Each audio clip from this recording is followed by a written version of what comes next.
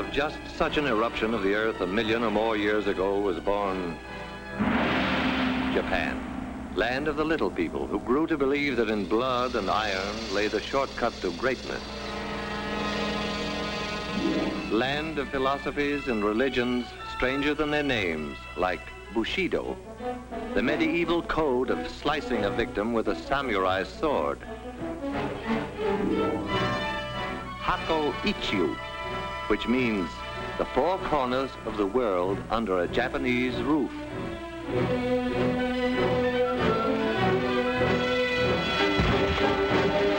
And Shinto, which assures its people that the answer to all things comes from the skies.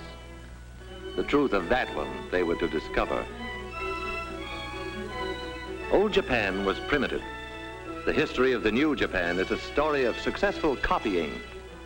On a tradition of peace and love of the soil, the new Japan suddenly turned its back and copied our locomotives, our planes, our great ocean-going liners. Even Tokyo might have been transplanted bodily from the Western world.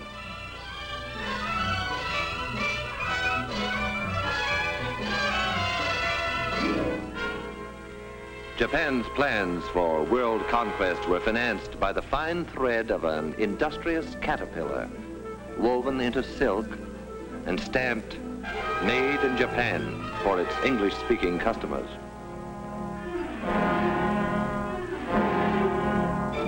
Soft silk sent away for hard scrap iron to be forged into weapons and returned to us eventually in hate.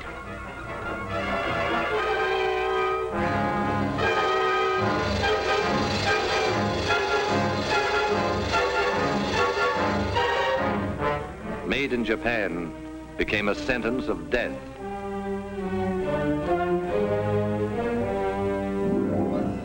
How will it end for the little people who wanted to enslave the world? The answer to that was to come, like the answer to all things, from the skies. Only when it came, it was to be stamped, "Made in America," as it was, for instance, on Doolittle Day, when the Hornet, the first Shangri-La, pointed her prow right at the heart of Tokyo.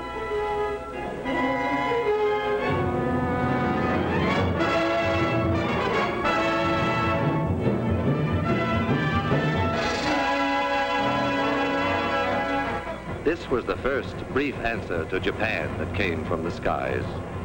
It was not to be the last. General Doolittle vowed, "We're going back to Tokyo, and we shall go in full array and with mighty allies."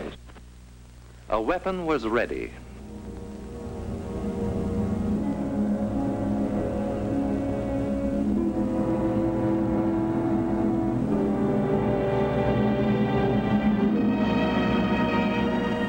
Through these forbidding doors, ceaselessly, day and night, come trains bearing the materials that skill weld, forge, and rivet into an instrument dedicated to the destruction of the enemy.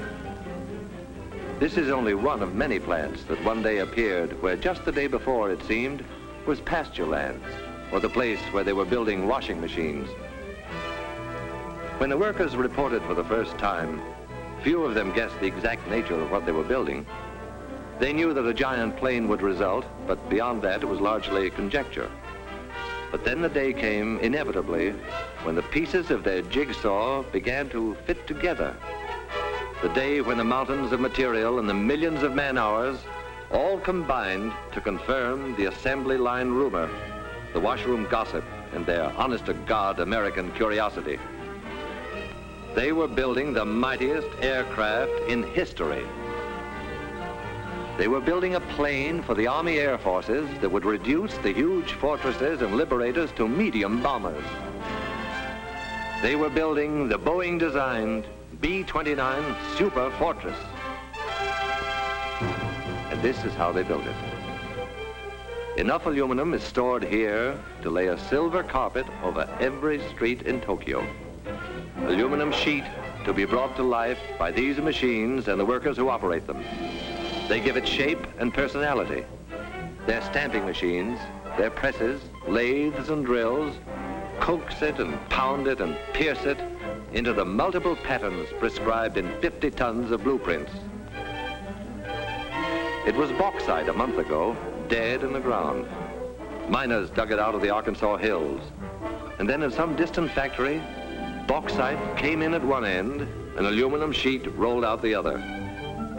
One day from now, in the stratosphere above the clouds, it will mirror the sun.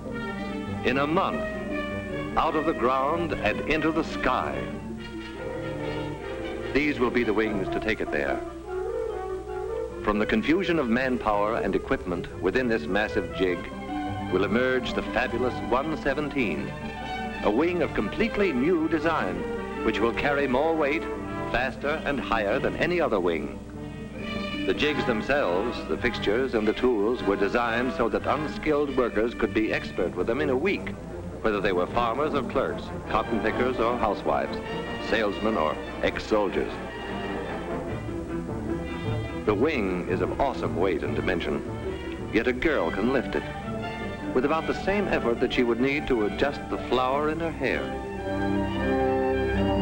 Space and the handling of bulky parts have always been problems in assembly production. The engineers who designed this plant solved both problems at once with a few strokes on their drafting boards. They moved traffic to the ceiling. Thus, they allowed workers more time at machines, and machines more time at work.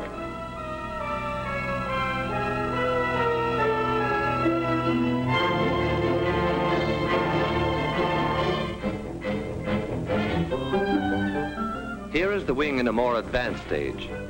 If the workers imagined for a moment that they were in a shipyard, it would be understandable.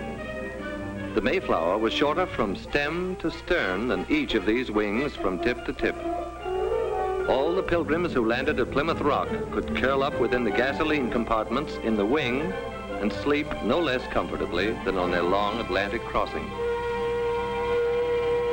Each of these nacelles will encase an engine of 2,200 horsepower, 4 of them harnessed to one superfortress, 8,800 horsepower. What does that mean? Horsepower means more than 300 miles an hour. Horsepower means flying high enough to see all the New England states at once. Horsepower means victory in the air.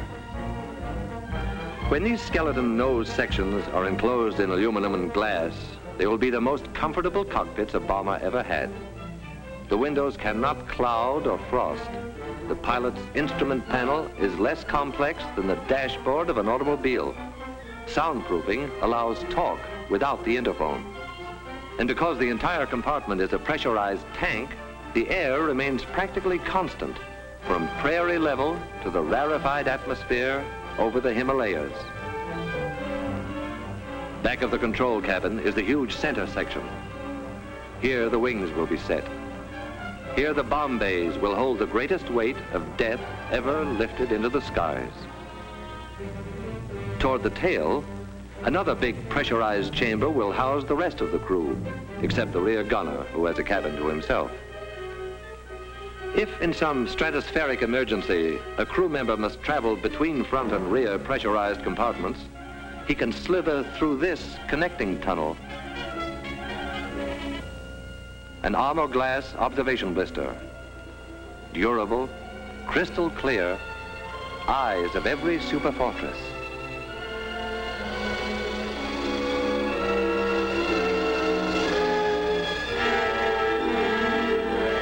The prefabricated sub-assemblies are manufactured by other contractors and shipped to this plant by the carload.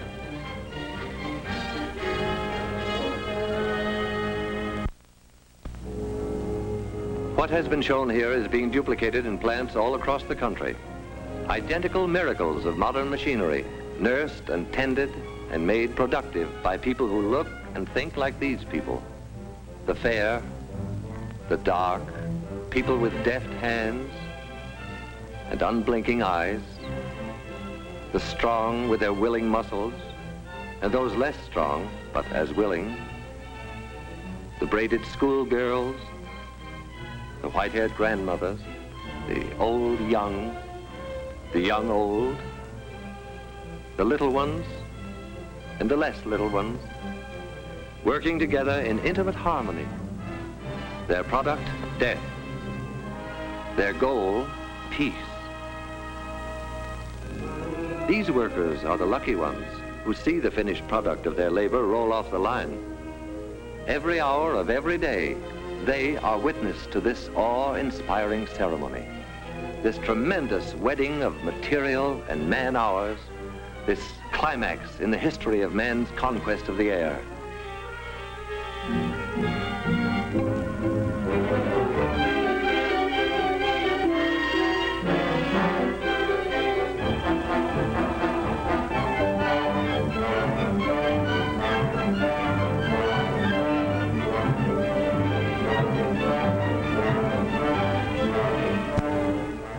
But what of the others who helped, however remotely, to create an aerial weapon they have never seen? The lumberjack who felled the trees that became the blueprints of the B-29, the bauxite miner in the Arkansas hills, and the miner of iron and coal, the builder of guns and engines and propellers, the grimy, sweating men who cast the cylinders and forged the crankshaft, the maker of tires, electrical equipment, instruments and safety wires, the citizens who paid for the superfortress with their purchases of war bonds. Theirs are isolated lines of effort, initiated all across the land and converging eventually beneath this vaulted roof. Here, the sum of their energies assumes shape and stature and meaning. Here is the final meeting of every effort and every part.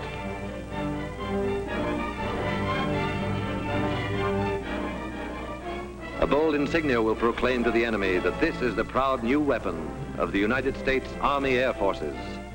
But it is our plane, too, because we, the people, built it. We conceived it, financed it, gave it wings. We powered it and armed it, and our sons and brothers fly it. The function of the people's superfortress is to break the race who turned their backs on reason, to spin them around to face the peaceful way of living.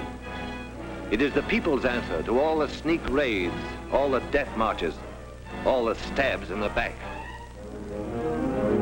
It is our memorial to the fighting men who were not afraid to die, who bought with their lives the time we needed to make the weapons to win the war. Like this weapon, which 50 hours after its tests will be landing in India or China or some other faraway Shangri-La to regain its breath before the final assault for which the people destined it. Within the plant, work proceeds, but the workers cock their ears for a sound that regularly drowns the clatter of their tools. It is more than a sound. It is a song. This is the song they hear.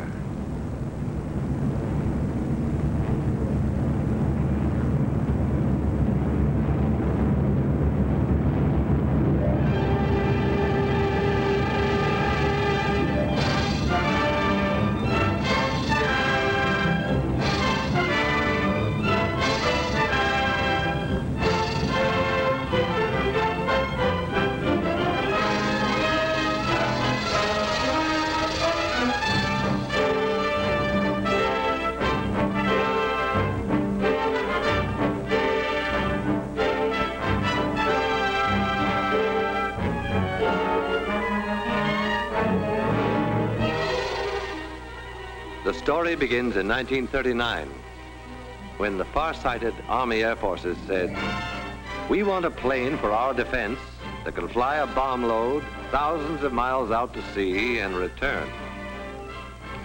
After 6 months' work, there was a tiny model which spent the next 6 months in a wind tunnel. And then there was a full-scale model which was subjected to every punishment man could devise for it. Only after a year of such tests did the Air Forces let contracts for planes that would be built to fight. The B-25 Mitchell is a big, strapping bomber, 67 feet across the wings, but it could reach Japan only if it took off from an aircraft carrier. Much bigger is the famed B-17 Fortress. 104 feet from wingtip to wingtip, it has ranged 1,400 miles over Japan's island conquests. but it cannot reach Japan itself from any base we now hold. The superfortress, wingspan 141 feet, longer than the Wright's first flight through the air at Kitty Hawk. Range, altitude, and bomb load, secret, though the Air Forces do say of them laconically. Very long, very high, and very large. Because it is a global bomber, around it has been built an entire new Air Force, the 20th. The 20th War Theater is the world itself. Its operations room is the war room of the Chiefs of Staff in Washington. Its planes will be treated as a major task force, in the same manner as a naval task force is directed against a specific objective. Watch it come in for a landing. A revolutionary set of flaps that constitutes nearly 1/5 of the wing area gives the ship a low landing speed and a shorter landing run than many a plane half its size. All this great weight of superfortress is supported by a tricycle gear whose tires require less pressure than a child's bicycle.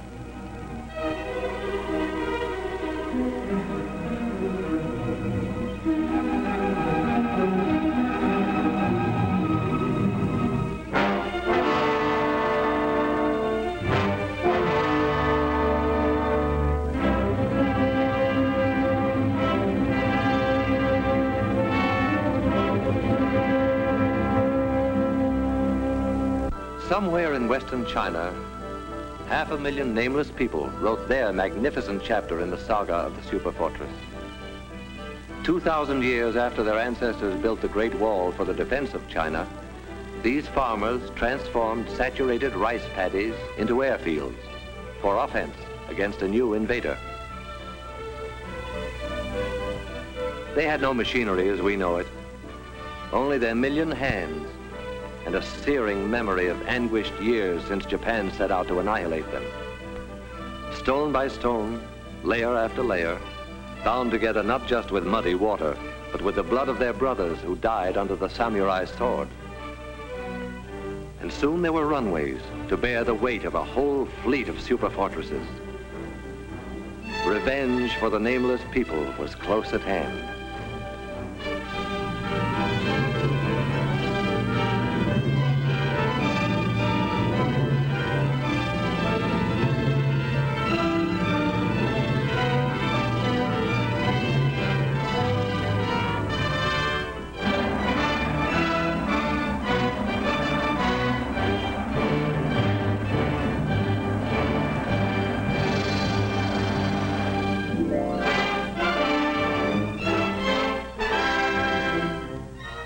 Even in China, land of miracles, the arrival of the superfortress is an occasion for everyone to turn out in curiosity and in welcome.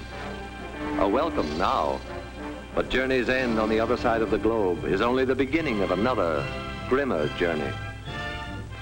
The tanks will have to be filled, the engines given a final check, the guns armed, the bombs set in the racks, and then briefing. And the assembled airmen will listen to words that a few years ago would have been fantastic, but today roll casually off a briefing officer's lips. The target, gentlemen, is Japan.